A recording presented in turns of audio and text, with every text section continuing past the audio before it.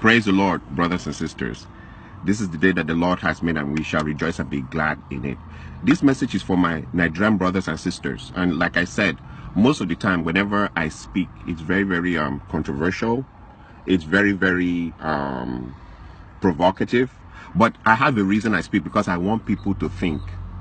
And this one is a quick one that I want to hit on, because I think there's a lot of hypocrisy and fakeness involved here. And it's about something that I have noticed that is going on, and let's go on it. A few days ago, a friend of mine called me, and he was telling me about something that happened to a guy over here. The guy married a Nigerian lady, and he thought it was going to be a great thing for his life. You're excited, you're happy, you've married, your dreams have come true, your vision is happening. But part two of that story ends with the man being deported from the United States. The woman goes to court, files a divorce, takes over the house, the cars, everything he has, and owns it like her own, brings another small boy, puts him in the house to live with her, and the man is in Nigeria. And the man now, the secret story, from my state, Akwa Ibom State, the secret story is come and see him in the village. He's there in the village, just sitting down there. Of course, he's gotten into the hands of all the bad pastors and fake bishops trying to pray to return him back and all that stuff. But after I heard the story, I told my friend, I can't laugh about this story. I can't laugh about it. It makes me depressed. And the next thing that happened after that was I started doing my research, and I discovered it is myriads. Huge number of men having African women. The regions of Africa that I see this thing very common: East Africa, Ghana, Nigeria, the West African sector. So East Africa, Ghana, Nigeria. Here in overseas, they will do so a man will run and leave United States and go back to his country. Some run and cross over to Canada, or they go over to London, and then she will turn and use the courts and take his house, take his car, take everything.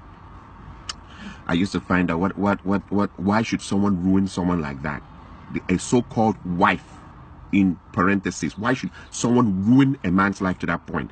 And I know stories, I could mention names here, of people who were a little bit more lucky. They ran from maybe London or even Canada, went back to Nigeria, joined politics and survived, married another wife, and were okay. But the idea that the initial version of your story led to you running from where you went to build a life, because not everybody was lucky to join politics and finally do a business and make it. They are stranded. It's just horrific. So today, when I thought about it, here are the thoughts that came into my mind. Number one, Nigerian women have no cultural identity. Nigerian women, East African women, women from Ghana, they have no cultural identity. And I'm going to explain to you what I mean. You see, I work in an industry which is information technology.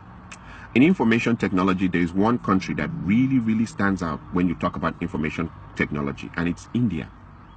Indians, for some weird reason, I don't know how they got into that thing in the cultural context.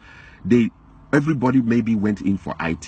The whole country made a powerful reference to IT, just like China made a huge push into industrialization that deals with tools. The idea of having the tools to make a car or make a shoe, heavy industrialization that they can use to serve the world. India went into this heavy thing about information technology. In my 12 years of working in information technology, everywhere I go, it's loaded with Indians. If the information technology, for example, if a place has maybe 20,000 workers, I'm talking about a huge place, in which maybe 10,000 of their workers are engineers, software engineers, computer engineers, so on and so forth. I can assure you that of the 10,000, 9,500 will be Indians. So what has been my exposure there? Indian women. They're the one, they're 4 feet, some of them little 4 feet, things, small things that are making dream money. They came direct from their village into the system, and they're making 180,000, 190,000, 200,000 dream money. But there's a strange thing I notice about them. As they come to work, they're wearing their native wear. That thing that they tie and hang on their neck with that dot here. Another strange thing I've noticed about them is you will never, ever, for all my years, I stayed in the United States, I was born here. In all my years of staying here, you'll never hear the Indian women dragging their men to the American court system for divorce. It is our women that use the American court system to destroy our men. They bring the court in to help them destroy the men. You will never hear Indian women doing that thing. You will never hear women from China taking Chinese men into the American court system to destroy them with divorce. You will never hear women from Korea dragging their men in huge numbers into the American court system to destroy them. But when it comes to African women, East Africa, Nigeria, Ghana, when it comes to African women, they just drag their men into the court system. One of the things that I noticed in this system or in this problem is poverty. Bring these Indian women, they're making 150,000, 180,000. They don't drag their men into court. Plus, sometimes, like in most places, all the places I've ever worked in information technology, they'll have one car. Not that I'm supporting that behavior, but there's something strange on why I see them. They have one car. They wait for their husbands. Even if their husbands are working 2 hours overtime, over their time, they'll wait. Some of them pregnant, waiting for their husbands. When it's finished, they go into the same car with their husband and drive home. I watch Indian women and women from so many other places. They're not crazy about the Louis Vuitton, Gucci, all the designers wears.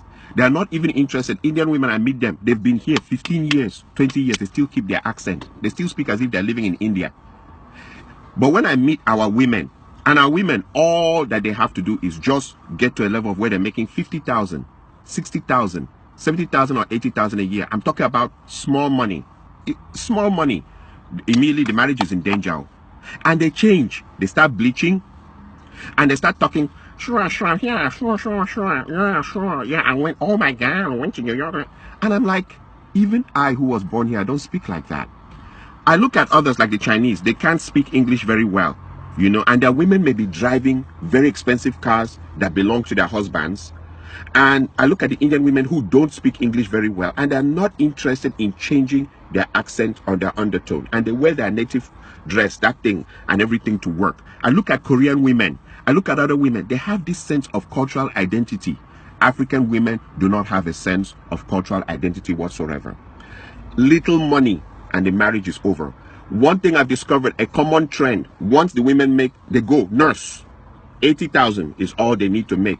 And suddenly your marriage is in danger. They want to call the shots. They want to be the ones that control everything. And if you don't like it like that, they'll bring in the American courts to destroy your life, destroy everything around you.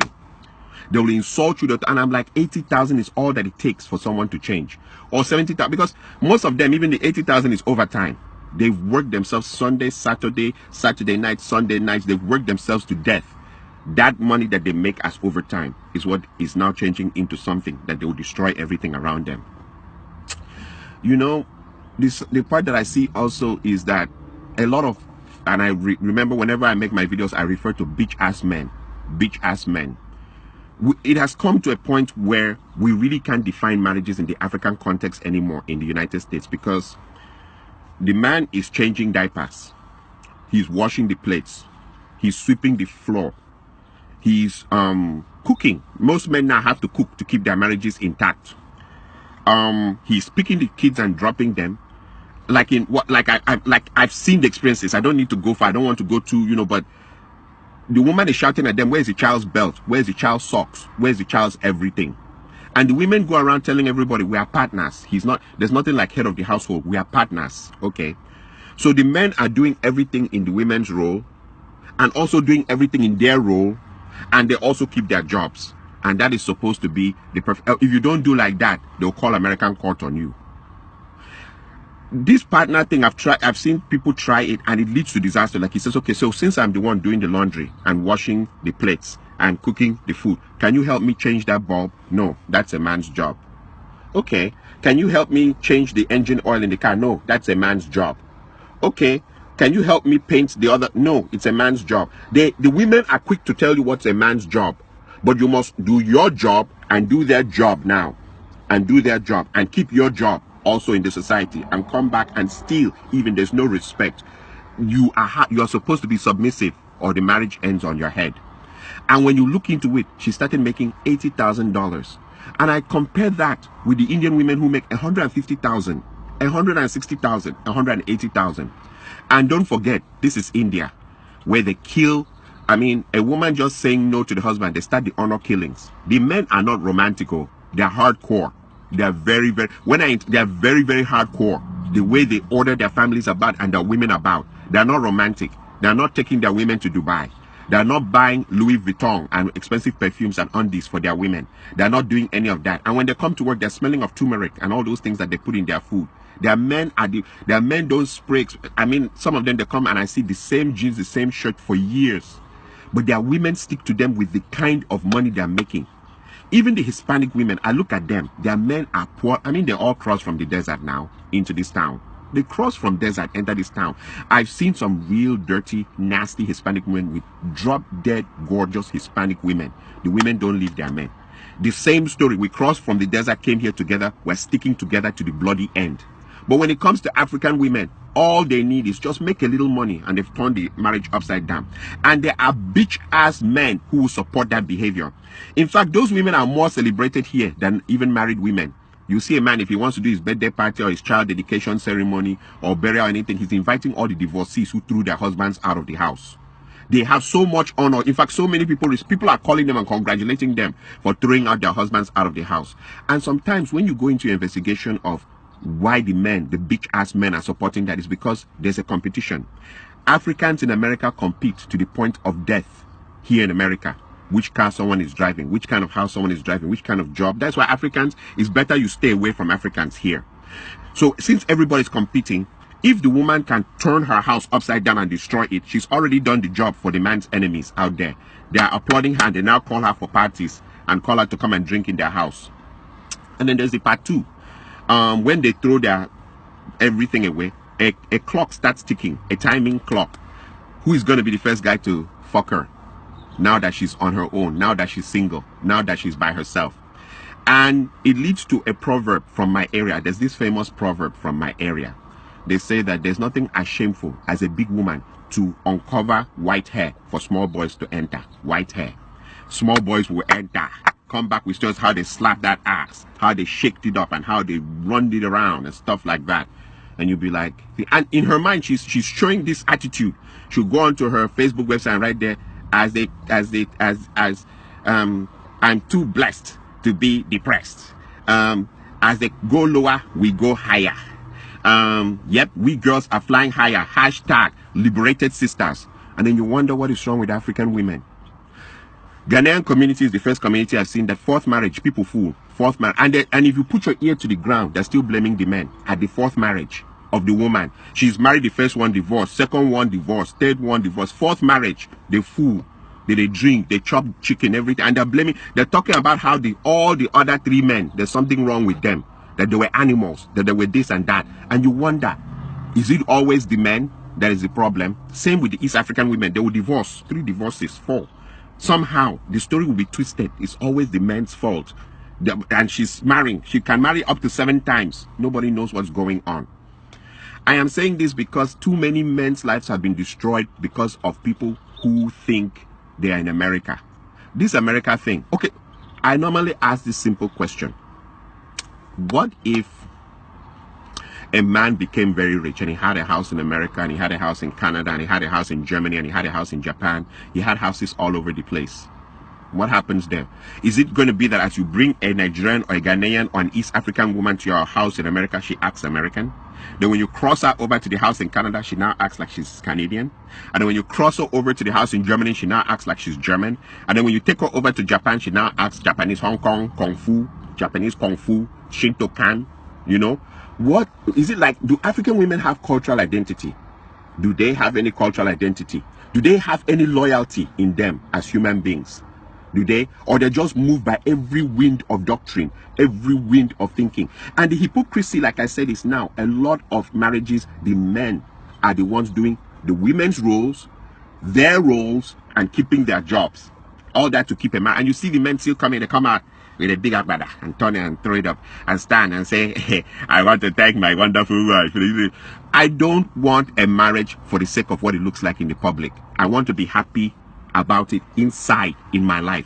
The show of that out there in the public, it looks good, but meanwhile back home I'm swallowing Percocet, I'm swallowing high blood pressure medicine, I'm swallowing all kinds of things to stay alive because I want to show people that I kept my marriage going. It's crap, it's bullshit, and that's for bitch ass men. I would rather live longer for my children than to stay in something that is horrific and try to keep it going. One side is always throwing the fishing bowl in the sky. One person is always trying to catch it. When does the other person become mature and stop? Oh, because they're making $80,000. Like I said, come and see the Indian women. 150. The husband is making 180. 200. The husband is making 190. People are making dream money. Indian community, I've never seen anything like that before. In IT, they own it. Google, Facebook, everywhere, they own it. And they're making killing money. Those guys hold cash, dream money, and their wives are not going crazy. You see their wives by their husbands all the time. The other final part I'll leave you with is I thank God for Trump. I thank God for Trump because Trump has defined what America truly is about. When you come to a situation where a man, he's speaking on behalf of millions of people, talking about how he sees things, how he understands things from these millions of people who voted him in, you will understand that for you to come to this country and destroy your life, you're the most stupid person on earth. Trump make it clear that if you're a minority, we don't count you among people. And these are the owners of the land talking about that. If you're a minority, we don't count you. And you see other minorities, like I said, the Indians, the Koreans, the Chinese, other minorities, it's like they intrinsically know this is not their land. So when they come here, they hold themselves. It's not something you need to break your family apart over. It's not something you need to go crazy about. And you're 40 years old and you're now wearing mini and going back to the club. Nobody goes crazy except African women, Ghanaian, Nigerian, East African. They go crazy. They go crazy. And I'm glad Trump has told them it doesn't matter how you do. Sure. Oh, yeah. That we still don't count you as part of us. We don't. We know where you're from. And that it doesn't matter how much money you make here. It's because we let you stay here. And I'm glad that he has pointed it out and cleared it out and activated it. So that when you now take your husband or take your wife into that system that doesn't regard you as something and destroy everything, I glorify God. Because some people have wisdom and some people do not.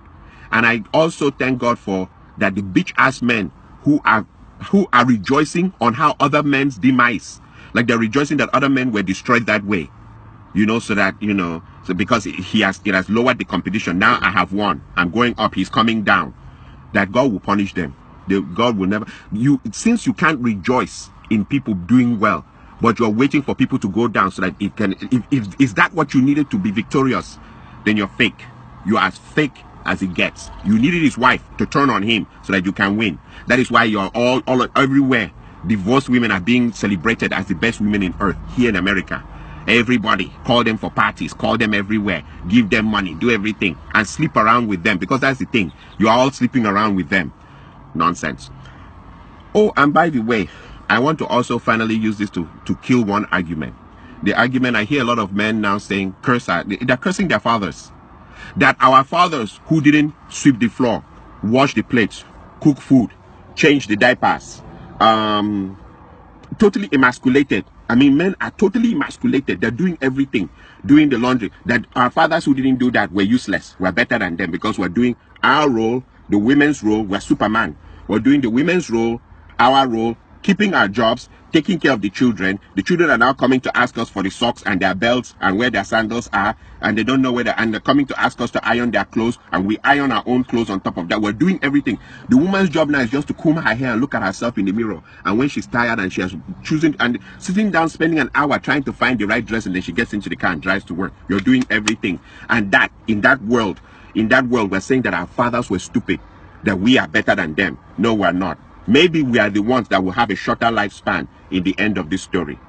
So you know what, I'll leave it at that. Like I said, I normally say very controversial things, and I speak for just a group of men, not all men though, because there's too many bitch ass men now, men who are not real. I know how the reaction will be here. You guys can come in and insult me and talk whatever you want to talk, but I've put my point down. African women have no cultural identity, and I think their background of poverty has made them that when they see small money, they lose control of themselves. Thank you.